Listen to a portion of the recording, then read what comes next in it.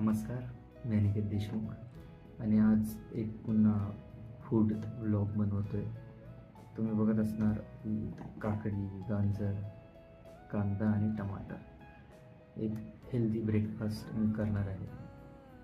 त्यासोबत तुम्ही हे पण बोलू शकता की मी 6 अंडी आणि 2 आलू बॉईल करायला टाकले आहेत.